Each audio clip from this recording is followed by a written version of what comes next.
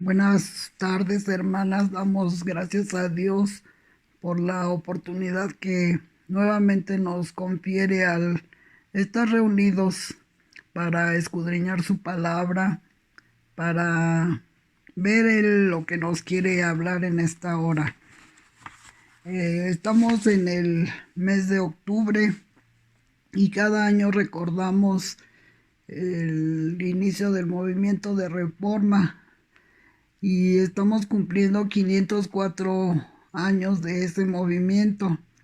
Es por eso que se están estudiando lo que se denominan las cinco solas, que son 5 frases escritas en latín que surgieron durante la Reforma Protestante y que resumen las creencias teológicas básicas de los reformadores.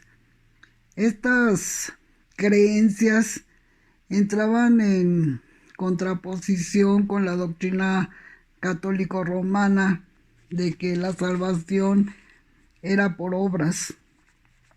Estas 5 solas, de las cuales ya hemos estudiado algunas, son las siguientes: sola escritura, sola fe, sola gracia, solo Cristo y solo a Dios la gloria. El día de hoy veremos sola gracia. Vamos a orar, hermanas, para que Dios nos muestre a través de su palabra la bendición tan grande que tenemos al ser partícipes de esa gracia que nos otorga. Porque sin duda, al comprender estas verdades, hermanos, tendremos un evangelio de victoria, un evangelio de descanso. Y vamos a orar para que esto se haga posible y podamos conocer realmente lo que la palabra nos dice de lo que es la gracia. Señor, estamos delante de ti, reconociendo tu señorío, tu poder, tu misericordia, que ha sido derramada sobre la vida de cada uno de tus hijos. Y yo te ruego que nos concedas entender la grandeza de este don y que tú nos hables conforme a lo que tú tienes planeado para nosotros en este día. Amén. Vamos a leer, hermanos, el pasaje de Efesios capítulo 2 y vamos a leer únicamente en esta hora el versículo 8, 9 y 10. Dice la palabra del Señor así: porque por gracia sois salvos por medio de la fe, y esto no de vosotros, pues es don de Dios, no por obras, para que nadie se gloríe. Porque somos hechura suya, creados en Cristo Jesús para buenas obras, las cuales Dios preparó de antemano para que anduviésemos en ellas. Entonces, hermanos, vemos que es muy clara la escritura, pero vamos primero a ver algo importante. No sé qué satisfacción o qué gozo tan grande le produce a usted que cuando logra algún bien que ha deseado mucho, alguien se acerque a darle felicitaciones y le diga: qué bueno, te lo mereces. Yo creo que es una de las cosas más satisfactorias que nos pueden decir: te lo mereces. Y por el contrario, puede que usted, al obtener a alguien le exprese: bueno, pues lo tienes porque te lo regalaron. Y entonces pues viene como tristeza, porque nos gusta mucho el mérito, lo que nos ganamos, lo que nos merecemos. Y es debido a eso que el concepto de ser salvos por gracia no resulta muy atractivo en nuestra sociedad. Resulta hasta chocante para la mayoría de las personas. De hecho, solo en el cristianismo verdadero es aceptado. Recordemos que gracia No es tan solo un don inmerecido. Si a cualquiera de nosotros nos preguntan qué es gracia, pues un don que no merecemos. Pero más que esto, hermanas, es un don o un regalo que se da contrario a lo que sí merecemos. Por ejemplo, nosotros merecemos la muerte y se nos da vida. La palabra del Señor ahí en Romanos 6:23 dice, la paga del pecado, porque la paga del pecado es muerte, mas la dádiva de Dios es vida eterna en Cristo Jesús. O sea, lo que se merece el hombre es la muerte, pero contrario a eso se da vida. Y también el hombre merece condenación, porque todos estamos destituidos de la gloria de Dios. Sin embargo, se otorga salvación. Un comentarista escribe lo siguiente para ejemplificar lo que es la gracia y por qué no es muy popular entre nosotros. Y el hermano dice, si tú le das a un mendigo un buen desayuno, eso es misericordia.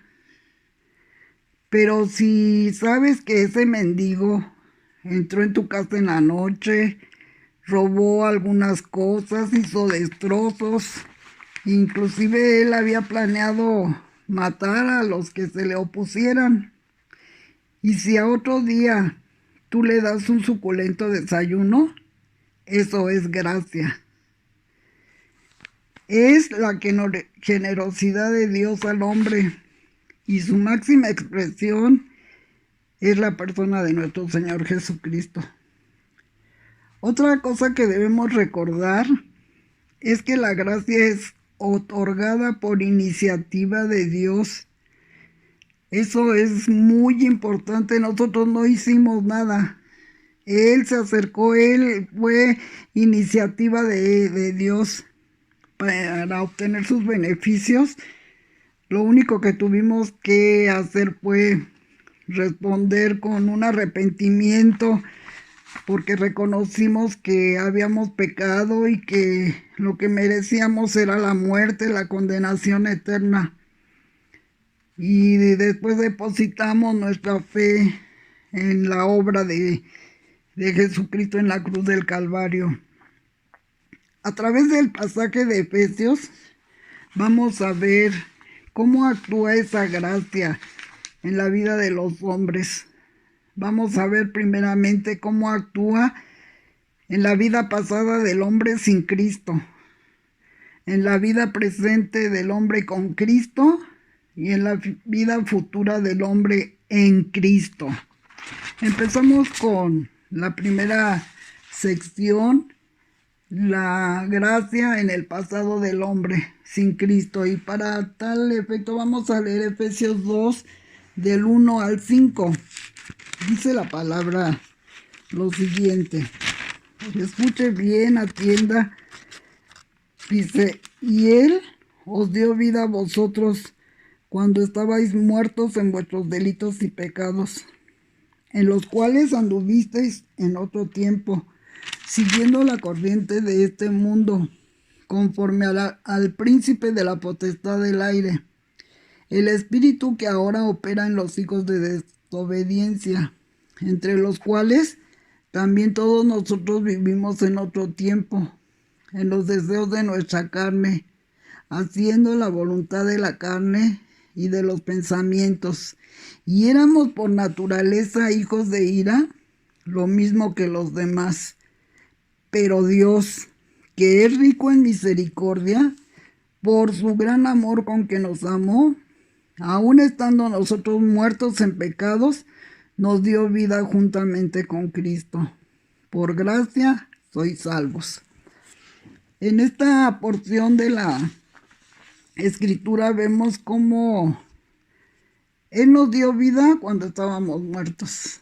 O sea, la gracia del Señor llegó a la vida del hombre estando muerto. Y como decíamos al inicio, sin haber hecho nada para merecerla. Porque Él seguía la corriente del mundo. Era hijo de ira. alejados de la ciudadanía de Dios, ajeno a los pactos, sin esperanza y sin Dios en el mundo.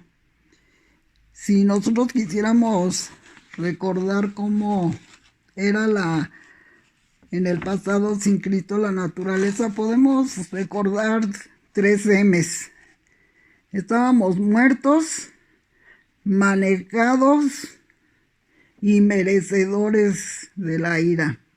Estábamos muertos, manejados, como dice ahí en la porción que acabamos de leer, por 3 corrientes: nuestra carne, el mundo y Satanás. Y éramos merecedores de la ira de Dios. Si algún día tuviéramos oportunidad de hablar acerca de lo que es la ira de Dios, hermanos, ahí en Hebreos dice: horrenda cosa es caer en manos de un Dios vivo.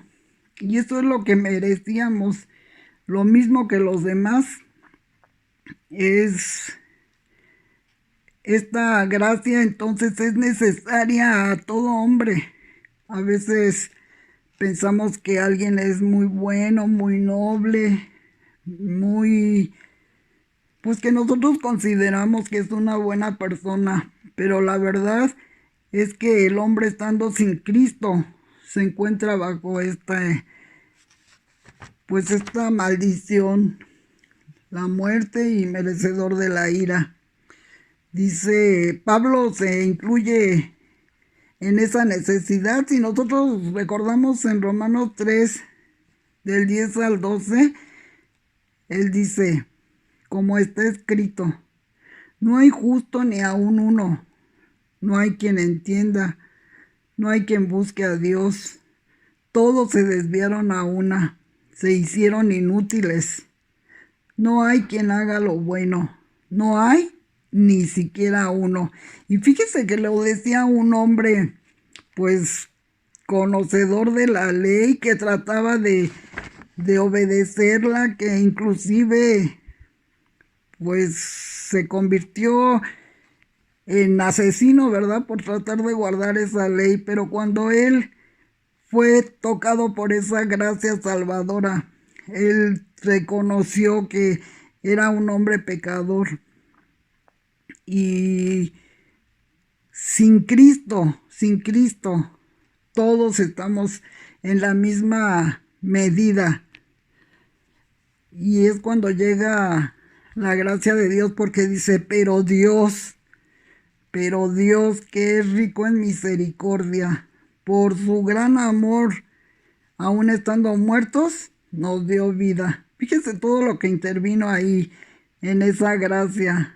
Intervino la misericordia, su gran amor. Usted no hizo nada. Hay una religión que se le denomina la religión popular, que se dice cristiana, y cree en la salvación por gracia, pero ellos consideran que la gracia se tiene que ganar, y se gana por medio del cumplimiento de sus dogmas, de sus fiestas, de sus ritos. Pero en el Evangelio no es así. Esa gracia llegó cuando el hombre estaba en sus delitos y pecados, cuando estaba ajeno a la vida de Dios. Él no hizo nada. Jesús le otorgó su gracia. En el punto número 2, vamos a ver la gracia actuando en el presente, ya estando con Cristo.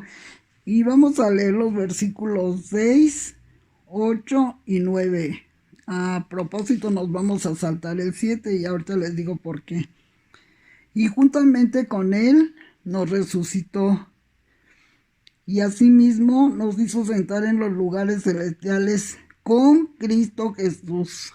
Estábamos sin Cristo, pero ahora estamos con Cristo, para mostrar, el 8, porque por gracia sois salvos por medio de la fe. Y esto no de vosotros, pues es don de Dios, no por obras, para que nadie se gloríe. Entonces ahora estamos con Cristo. Y antes de continuar viendo lo de este pasaje, Vamos a ver Gálatas 2:10 para que tengamos la secuencia completa de cómo estamos con Cristo. Dice ahí, con Cristo estoy juntamente crucificado, y ya no vivo yo, mas vive Cristo en mí. Y lo que ahora vivo en la carne, lo vivo en la fe del Hijo de Dios, el cual me amó y se entregó a sí mismo por mí. Entonces en este pasaje vemos que con Cristo estamos crucificados. Pero con Cristo, en nuestro pasaje de Efesios también, nos dice que estamos resucitados con Él también, y con Él estamos sentados en los lugares celestiales. Tenemos una posición con Cristo, estando con Cristo. Hace algunos días recordaba a una persona que pues me dijo cómo me veía. Y entonces yo le contesté, pues tenemos una visión muy diferente, porque yo me veo sentada en los lugares celestiales juntamente con Cristo. Y esta es una verdad, no porque yo lo diga, no porque sea una frase de consuelo, sino porque el Señor los dice. Sí, Él nos dice que estando con Cristo, estamos resucitados, sentados en los lugares celestiales, estando muertos, ¿verdad? Nos resucitó y estamos sentados en los lugares celestiales. Y sigue diciendo que es por gracia. No sé si alguna vez usted se ha preguntado, ¿y por qué por gracia y no por obras? Pues la respuesta es muy tajante aquí en este pasaje, pero tenemos también otro pasaje. No podía ser por obras, porque no había alguna obra que pudiera pagar el precio tan alto que se debía pagar para que tuviéramos vida. Dice Isaías 64:6 de la siguiente manera: si bien todos nosotros somos suciedad, y todas nuestras justicias como trapos de inmundicia. Fíjese nada más, todo lo justo que usted pudiera haber hecho, el valor que le da la palabra, trapos de inmundicia. Y caímos todos nosotros como la oca, y nuestras maldades nos llevaron como viento. Entonces no podía ser por obras, porque ninguna obra, por muy grandiosa, por muy justa que hubiera sido, iba a poder pagar el precio que se tuvo que pagar. Pero también ahí en el pasaje que estamos considerando de Efesios 2, dice que para que no nos gloriemos, esto es para que no alardeáramos que era algo que nos merecíamos. Dice Romanos 4:1 y 2: ¿qué pues diremos que halló Abraham nuestro padre según la carne? Porque si Abraham fue justificado por las obras, tiene de qué gloriarse, pero no para con Dios. Esto es importante, y recordar siempre que ciertamente las obras tienen un espacio en la vida del creyente, como vamos a ver más adelante. Pero qué bien lo explica ahí Romanos 11, 4 y 5, perdón, 5 y 6, dice: así también, aún en este tiempo ha quedado un remanente escogido por gracia. Y si por gracia, ya no es por obras. De otra manera, la gracia ya no es gracia. Y si por obras, ya no es gracia. De otra manera, la obra no es obra. Hermanas, es por gracia o por obras. Pero si es por obras, no podemos gloriarnos para con Dios, ¿sí? Entonces, no había, repito, ninguna obra que pudiera pagar el precio que que se necesitaba, y para no que no hiciéramos alarde, ¿verdad? A lo mejor hasta quisiéramos, si hubiera sido por obras, que se nos diera algún trofeo, pero no es así. Son excluyentes. La gracia y las obras, la salvación por gracia o la salvación por obras son excluyentes. Ahorita en la actualidad, en el presente, hay unos excesos que se están cometiendo con respecto a esta doctrina de la gracia. Y de verdad que yo sí he pedido a Dios que llegamos a entenderlo para que no participemos en ninguna forma en estas dos exageraciones que se hacen. Y vamos a ver la primera, el primer enemigo o desviación que se hace de la gracia en el presente es lo siguiente. El número 1 es el libertinaje. Es ese pensamiento que dice: yo fui salvo por gracia y haga lo que haga, me comporte como me comporte, sigo siendo salvo. Y utilizan la gracia como si tuvieran una licencia para pecar. Pero eso es desconocer las escrituras, hermanos, porque ahí en Judas 3 y 4 dice: amados, por la gran solicitud que tenía de escribiros acerca de vuestra común salvación, me ha sido necesario escribiros, exhortándolos que contendáis ardientemente por la fe que ha sido dada una vez a los santos, porque algunos hombres han entrado encubiertamente, los que desde antes habían sido destinados para esta condenación. Hombres impíos que convierten en libertinaje la gracia de nuestro Dios y niegan a Dios, el único y soberano, y a nuestro Señor Jesucristo. Fíjese cómo este tipo de pensamiento que lleva al libertinaje, pues la gracia de Dios la convierte en verdad en libertinaje y niegan a Dios, al único y soberano. Siguiendo con la lectura de este pasaje, podemos ver cómo son destruidos, cómo estos hombres que hacen esto, hermanos, son ajenos a Dios. No puede ser que un cristiano opine de esa manera, y si lo hace es que no ha entendido absolutamente nada de lo que es la gracia de Dios. Pero mire más claro en Tito 2:10, dice así: porque la gracia de Dios se ha manifestado para salvación a todos los hombres, enseñándonos, fíjese lo que enseña la gracia, que renunciando a la impiedad y a los deseos mundanos, vivamos en este siglo sobria, justa y piadosamente.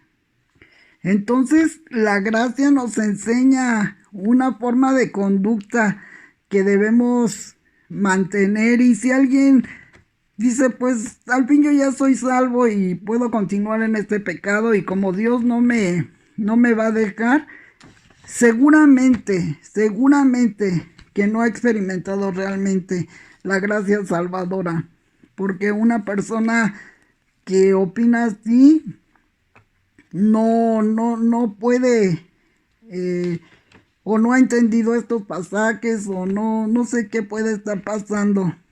Pero la misma gracia nos enseña que debemos dejar la impiedad y cómo debemos vivir sobria, justa y piadosamente. Esto quiere decir que alguien que ha experimentado la gracia salvadora va a tener una conducta coherente. Y esto es notable porque dice que por sus frutos los conoceréis. por sus obras, por lo que van a ser conocidos y realmente han gustado esa gracia. Y el otro enemigo que tiene la gracia es el legalismo. Hay un legalismo que, pues pudiéramos decir grotesco, del cual todos nos percatamos prontamente, y es cuando dicen, pues, tú eres, para ser salvo tienes que hacer esto, y se agregan reglas y reglas y reglas. O si ya eres salvo, tienes que vestirte así, caminar así, comer así, y miles de reglas. Esto fácilmente es detectado por un cristiano y dice, no, esto no es así, ¿verdad? Pero hay otra forma de legalismo más sutil, en el que a veces sin pensar hemos caído muchos de nosotros. Y ese es el de el esfuerzo para ganar el favor de Dios. Muchas veces lo ha dicho usted o lo he dicho yo, alguien ha escuchado que dice, yo no sé qué está pasando. Ya oré, ya leí la palabra, ya me congregué, ya ofrendé y no me salen bien las cosas. Y creemos como que la gracia de Dios pues se puede ganar o mantener a través de todas estas cosas que nosotros hagamos. Y esto no es así. Ahí en Segunda de Corintios, perdón, 12:9, cuando Pablo ya ha pedido 3 veces que les ha quitado ese aguijón que le dolía, que le lastimaba, escuchó la voz del Señor que decía, bástate mi gracia, porque mi poder se perfecciona en la debilidad. Por tanto, de buena gana me gloriaré más bien en mis debilidades, para que repose sobre mí el poder de Dios. Hermanos, el haber tenido esa experiencia poderosa de salvación no nos exime de tener problemas, de tener enfermedades. Hoy en este tiempo que nos ha tocado vivir, he escuchado a muchas personas decir, en la Biblia dice que ninguna plaga tocará mi morada. Y entonces cuando ha venido la enfermedad del COVID a las casas, muchos se han desilusionado, pero todo esto proviene de un desconocimiento de la palabra de Dios. Ciertamente nada nos va a separar de su amor, como dice en Romanos, ¿verdad? Ni la vida, ni la muerte, ni ángeles, nada nos va a separar del amor de Dios. Pero también nos dice que algunos van a sufrir muerte, persecución. O sea, no estamos exentos de todas las cosas que pasan en el mundo. Lo importante es que verdaderamente esa gracia que está presente en este tiempo cuando estamos con Cristo no va a permitir que seamos separados de Él. Entonces, hermanos, no podemos ser libertinos, pero tampoco podemos ser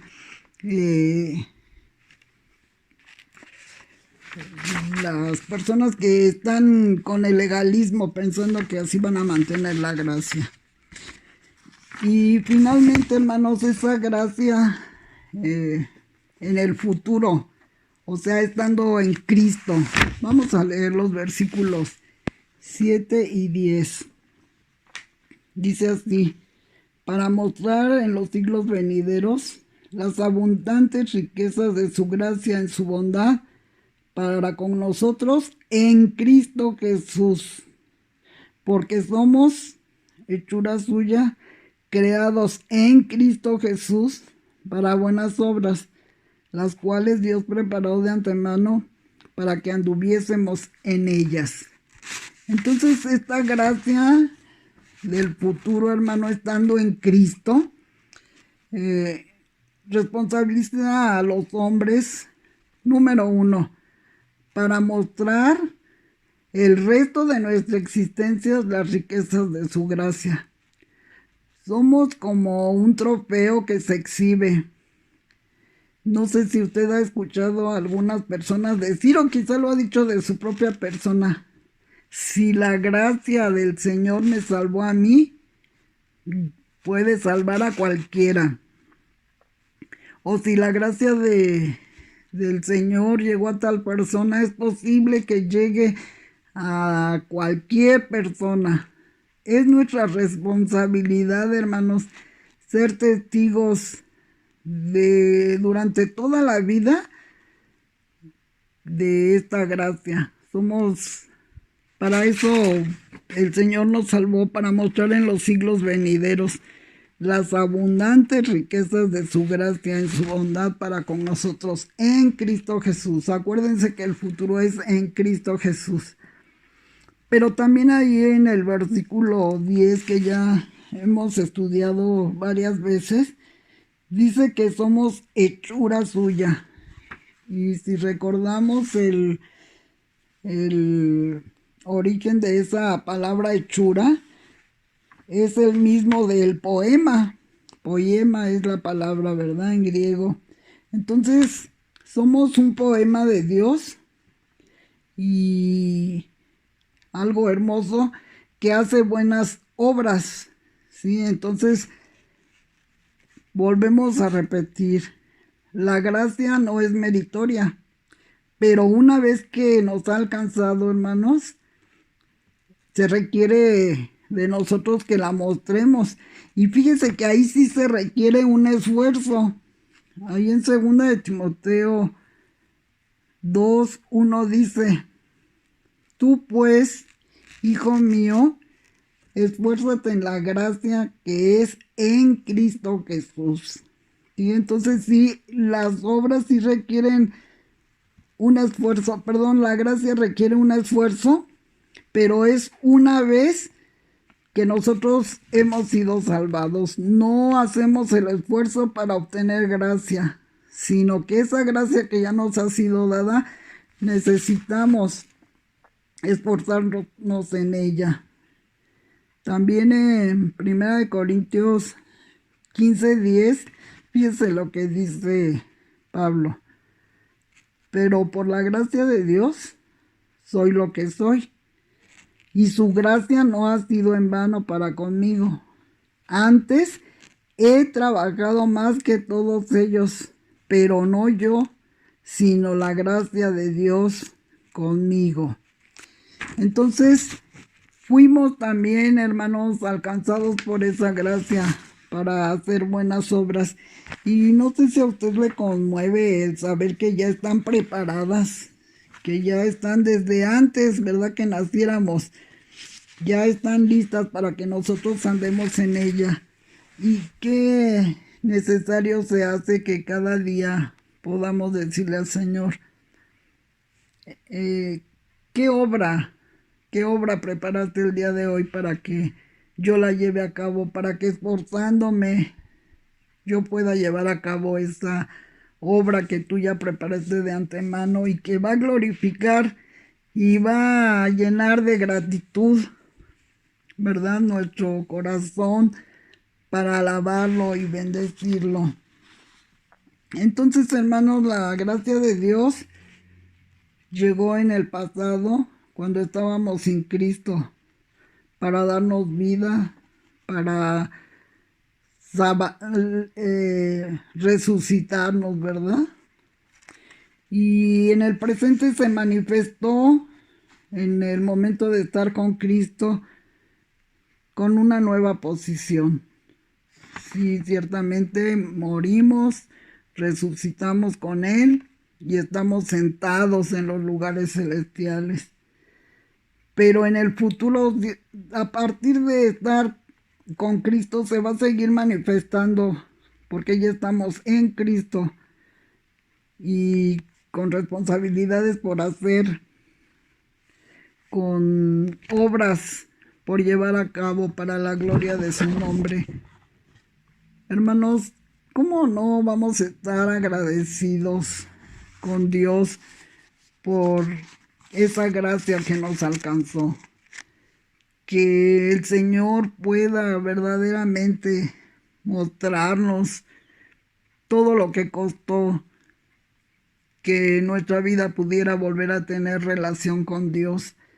No hay, pues no hay mayor bien para la vida de un hombre el que la gracia nos haya alcanzado. Damos gracias por esa salvación perfecta, sabiendo que se nos dio lo contrario a lo que merecíamos. Que Dios, hermanas, bendiga la vida de cada una de ustedes y que podamos descansar ciertamente, sabiendo que el que comenzó en nosotros la buena obra la va a perfeccionar hasta el día de Jesucristo, pero no dejando de hacer lo que nos corresponde a nosotros. Usted no va a ganar más favor de Dios por lo que haga, pero sí va a mostrar más el favor de Dios a los hombres a través de lo que haga.